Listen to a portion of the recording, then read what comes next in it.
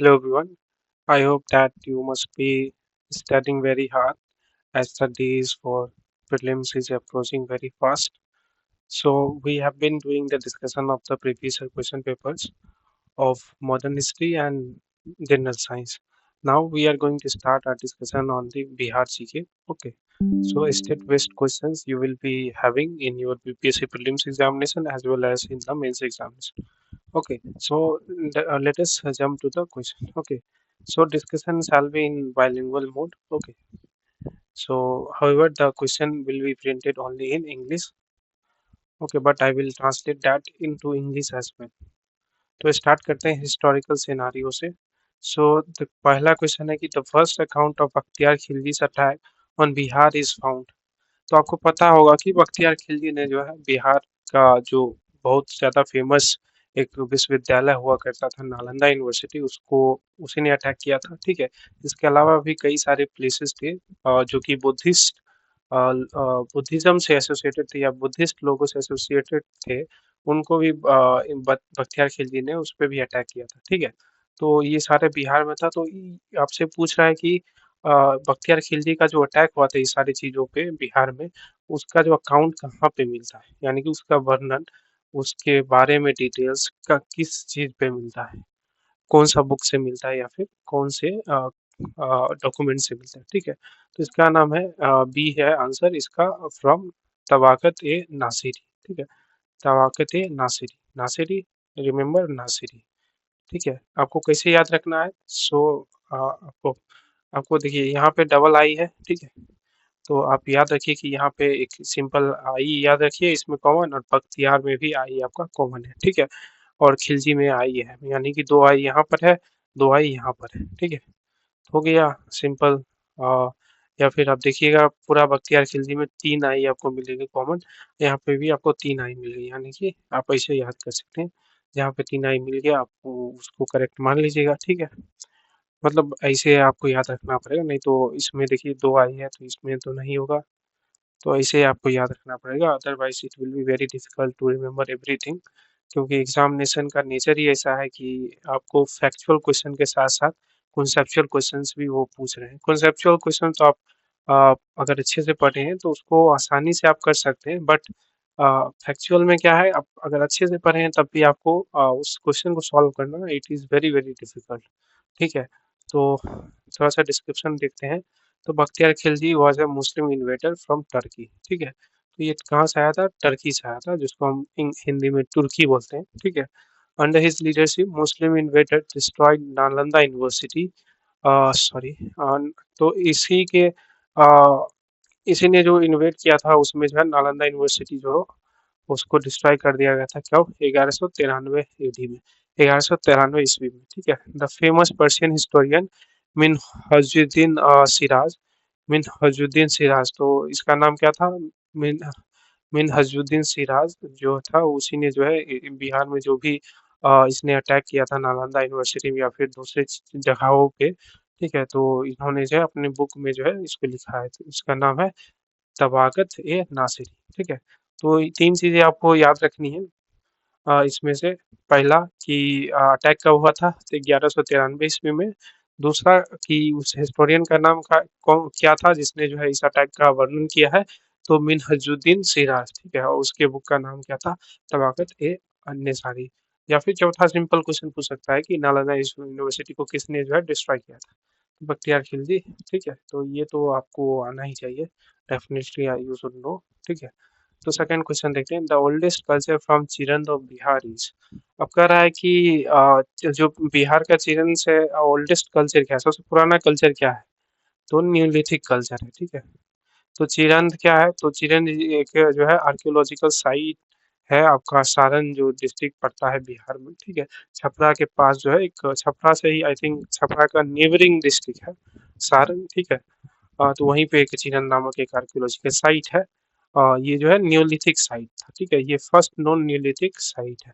तो ये इसलिए इम्पोर्टेंट है इसलिए बीपीएससी ने पूछा है 2020 में. It has a large prehistoric mound containing various artefacts. अब क्वेश्चन थ्री में चलते हैं. तो क्वेश्चन नंबर थ्री है कि Yusuf Shah Chak the last Muslim ruler of the Kashmir valley was exiled to Bihar by the Mughal Emperor Akbar is buried. ठीक है, तो इसको समझते हैं हिंदी में। तो पूछ रहा है कि जो यूसुफ शाह चक था, जो कि कौन था, तो he was the Muslim last Muslim ruler, जो है कश्मीर से था। कश्मीर वैली से वो कहाँ भाग के आ गया था, तो बिहार में आ गया था। तो उसको जो है, उसका जो कब्र है वो कहाँ पर है। ठीक है, तो ये जो है नालंदा में। देखिए अजीब अजीब क्वेश्चन पूछ रहा है भाई। मतलब आप कैसे इसको याद रखिए किसका कब्र कितना है, इतने तो हजारों लोग होंगे, आप हजारों लोगों का नाम तो याद नहीं रखिएगा। तो आपको क्या करना है, अगर आपको नहीं आता है तो आपको छोड़ देना है, या आता है तो आपको टिक करना है बस। नहीं आता है छोड़ देना है, ज्यादा दिमाग मत लगाइए इस क्वेश्चन में, क्योंकि ये सब ज्यादा इंपॉर्टेंट है नहीं। Where is the place of salvation Mahavir सुलामी the promoter of Jainism located. तो ये कहाँ पे है, तो पावापुरी में, आपको पता ही होगा। ठीक है, ये बहुत ज्यादा इजी क्वेश्चन था। ठीक है, तो मतलब एक तरह से रटा होना चाहिए सारा कुछ। The place of salvation nirvana of Mahavir Swami the promoter of Jainism is situated in Pawapuri.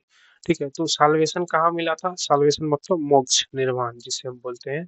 ठीक है, तो महावीर स्वामी को वो मिला था कहाँ पे, तो पावापुरी में मिला था। ठीक है, पावापुरी कहाँ पे है, तो बिहार शरीफ के साउथ ईस्ट में पड़ता है, 8 किलोमीटर। ठीक है, the major pilgrimage site for Jains, Pawapuri is 25 kilometres from Nalanda in Bihar. और पावापुरी जो है वो नालंदा से 25 किलोमीटर की दूरी पर है। ठीक है, तो थोड़ा आप देख लीजिए। Who was the first Muslim conqueror of Bihar. अब कह रहा है बिहार को कनकर करने वाले, यानी कि जीतने वाला जो है पहला मुस्लिम कौन है। देखिए पहला नंबर तो इसको जिन्होंने भी क्वेश्चन बनाया उसको कनकरर वगैरह नहीं लिखना चाहिए, ये सब यूज नहीं करना चाहिए। Invader they must have write, they must have written invader instead of conqueror. ठीक है, आप उनको, वो लोग आक्रमणकारी थे, ना ही जीतने वाले थे। ठीक है, जीतना कब होता है, जब आप जो है युद्ध करके उसके बाद जीतते हैं। वो लोग तो युद्ध तो करते नहीं है, they were coming and destroying everything, है कि नहीं। अब सिविलियंस को भी आप मार रहे हो, इसका कोई मतलब है नहीं। तो उनको इन्वेडर्स यहाँ पे लिखना चाहिए, लेकिन कनकरेंट लिख दिया है तो हम लोग वही याद रखते हैं। ठीक है, तो ये जो था बख्तियार खिलजी था। ठीक है, तो नेक्स्ट देखते हैं, the city of Bihar Sharif remain important in the medieval period.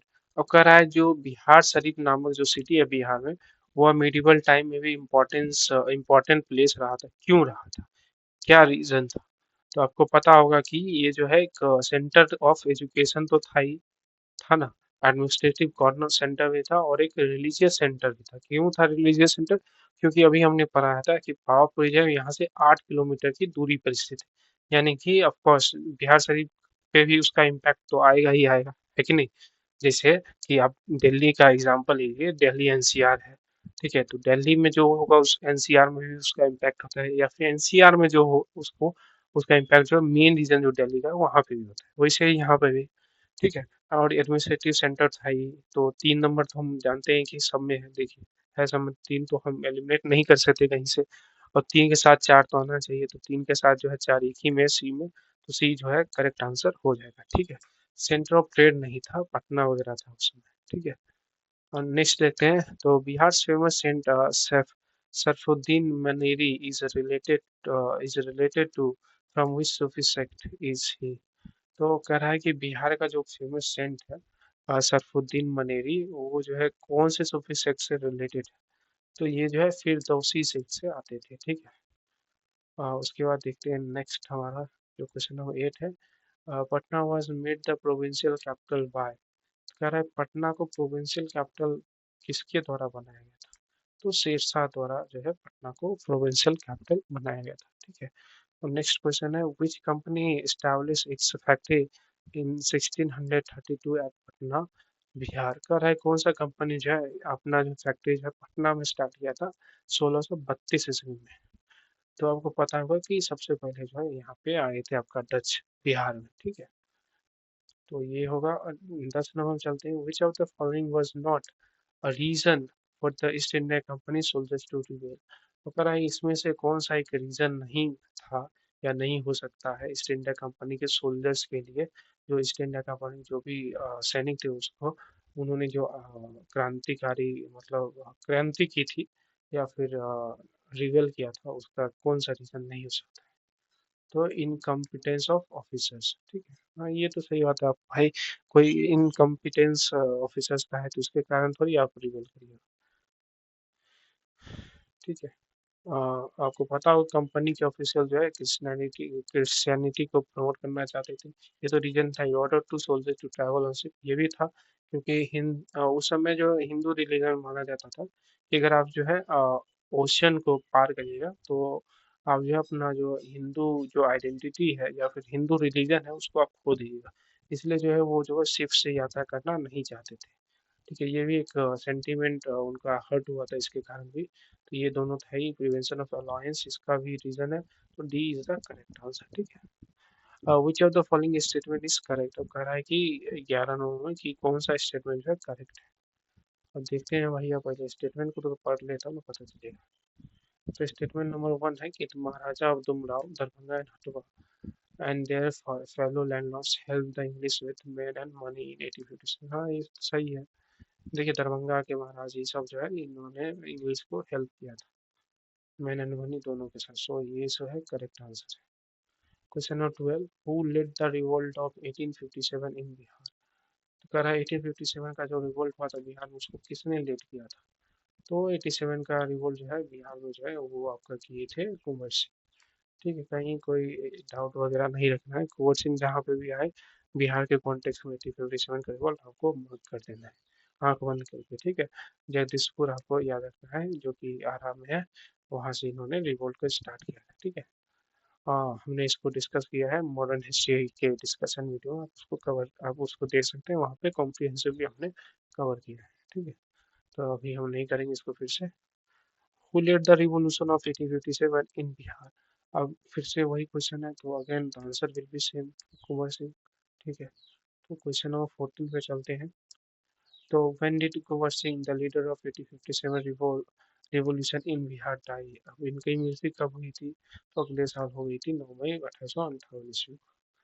Kunwar Singh was the king of, तो ये जगदीशपुर के किंग थे, ठीक है। when did Kunwar Singh inter Jagdishpur, तो 22 अप्रैल 1858 को आए थे, ठीक है। Who provided leadership in Patna, Ara, and Shahabad districts during the 1857? Again कुंवर सिंह, ठीक है। शाहाबाद डिस्ट्रिक्ट ये जो है सिवान वगैरह का जो पार्ट होता है, सिवान है, छपरा, ये सब जो है शाहाबाद रीजन माना जाता है जहाँ तक मुझे पता है, ठीक है। When was the right of tenancy on land, right of tenancy on land in Bengal and Bihar recognised by Bengal tenancy act. कह रहा है कि टीनेट्स का जो लैंड पे जो अधिकार था बंगाल और बिहार में, उसको बंगाल टीनेसी एक्ट के द्वारा कब जो है रिकॉग्नाइज किया गया था, तो 1885 ईस्वी में, ठीक है। C will be correct answer. Now question number 19 में देखते हैं। तो क्वेश्चन नंबर 19 है, during the salt Satyagraha in Bihar along with making salt, people protested against the government by opposing which tax। अब कह रहा है कि सॉल्ट सत्याग्रह के दौरान जो है बिहार में लोगों ने सॉल्ट बनाया था और प्रोटेस्ट किया था गवर्नमेंट का tax bye opposing the tax. तो कौन सा सत्याग्रह था, तो वो था चौकीदारी, ठीक है, चौकीदारी, ठीक। उसके बाद है question number 20, in 1904 the golden league was established at Deoghar with the objective of boycotting the British and advancing the Swadeshi movement in Bihar, ठीक है। देखिए हम जो है अपना वीडियो को ज़्यादा लंबा नहीं बनाते, जिसका रीज़न है क्योंकि लोग जो है उतना लंबा नहीं देखते हैं, ठीक है। इसलिए शॉर्ट शॉर्ट हम लोग डालते हैं 15-20 मिनट का, ताकि आपका ज़्यादा टाइम भी ना जाए और जितना ज़रूरी मतलब 15 से 20 मिनट में ही जितना ज़रूरी क्वेश्चन हो सकते, जितना ज़्यादा हो सके, जितना ज़रूरी हो सके उतना हम लोग डिस्कस करते हैं। वो इनवाइटेड गांधी जी टू चंपारण। अब गांधी जी को चंपारण किसने इनवाइट किया था, तो राजकुमार शुक्ला ने। तो B is the correct answer, ठीक है। क्वेश्चन नंबर 22 पे चलते हैं। Which leader of Bihar along with Mahatma led the farmers movement. तो ये कौन थे, राजकुमार शुक्ला, ठीक है। Rajkumar Shukla was a resident of a village, तो ये कहाँ के थे, तो बाराहवा, मुरली बाराहवा, ठीक है।